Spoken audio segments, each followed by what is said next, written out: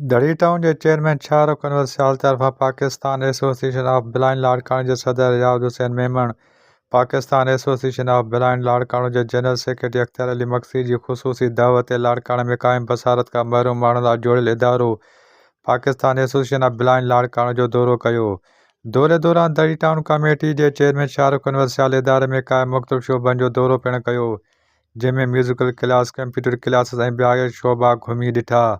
इन मौक़े ते दड़ी टाउन कमेटी जे चेयरमैन शाहरुख अनवर सियाल चयो त पाकिस्तान एसोसिएशन ऑफ ब्लाइंड लाड़काणे जी इमारत में पहिरियां फर्नीचर जी खोट हुई, जेका मां ज़ाती दिलचस्पी वठी करे फर्नीचर जी खोट ख़तमु कई आहे, जॾहिं त हिन वक़्तु इमारत खे सोलर पैनल जी वॾी ज़रूरत आहे, जंहिं लाइ पाकिस्तान एसोसिएशन ऑफ ब्लाइंड लाड़काणे जी इमारत में टाउन कमेटी दड़ी तरफ़ां 5 kV सोलर सिस्टम इंस्टॉल कयो वेंदो, जंहिंजो कमु 1-2 ॾींहनि अंदरि शुरू कयो वेंदो, जंहिंसां बिजली जी अखबूट बिजलीअ जी लोड शेडिंग खां बसारत खां महरूम शागिर्दनि खे छुटकारो मिली वेंदो।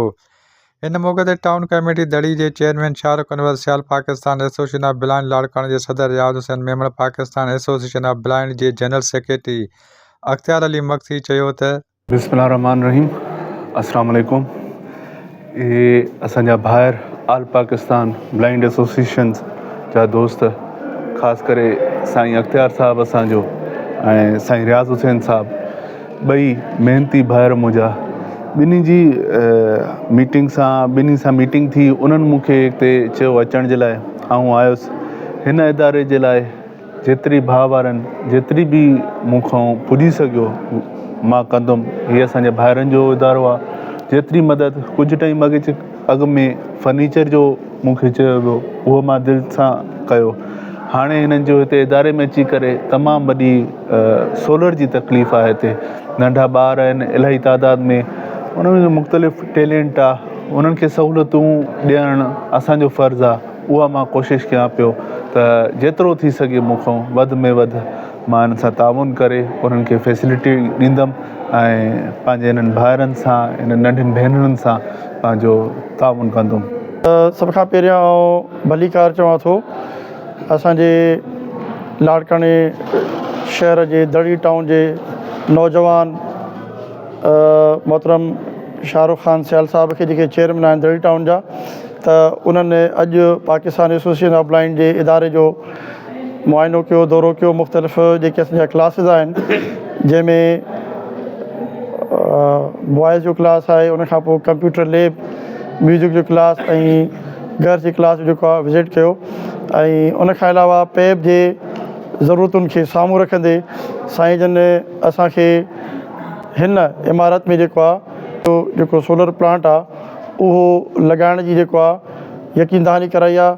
असांखे उमेदु आहे त साईं जे इन अमल सां हिन इदारे जूं जेके खोड़ सारियूं ज़रूरतूं आहिनि या रुकावटूं आहिनि उहे दूर थी वेंदियूं ऐं उमेदु आहे त इन अमल सां हीउ इदारो जेको आहे तरक़ी ॾांहुं वधीक तेज़ रफ़्तारी सां वधंदो।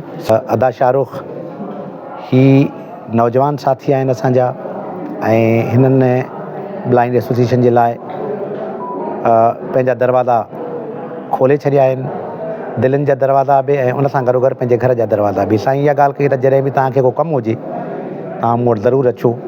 ऐं साईं वेझड़ाई में मूं हुनखे रिक्वेस्ट कई शाहरुख अनवर ख़ान सियाल साहिब खे त साईं असांखे वटि फर्नीचर जी तमामु घणी खोट आहे, तव्हां महिरबानी करे असांजे इदारे जे लाइ फर्नीचर ॾियो। त हिन इदारे खे साईं फर्नीचर बि जेको आहे उहो डोनेट कयो आहे। सिर्फ़ु ऐलान न आहे, उहो फर्नीचर असां वटि पहुची चुको आहे। त इहा हिकिड़ी साईं जी जेको आहे असांजे मथां करम नवाज़ी आहे, नवाज़िश आहे। नौजवान साथी आहिनि, अलाह ताला खां दुआ कयूं था त अलाह ताला शाहरुख अनवर ख़ान सियाल साहिब जे लाइ मज़ीद जेको आहे उहे कामयाबियूं ऐं कामरानियूं जेको आहे उहो अता करे, त जीअं साईं अञा बि जेके नाबीन माण्हू आहिनि, जेके मुस्तहिक माण्हू आहिनि, उन्हनि जी ख़िदमत करे सघनि। साईं जन जी हिकु दफ़ो तमामु घणी महिरबानी। वधीक ख़बरनि जे लाइ असांजे YouTube चैनल खे सब्सक्राइब कंदा। A4 news 786।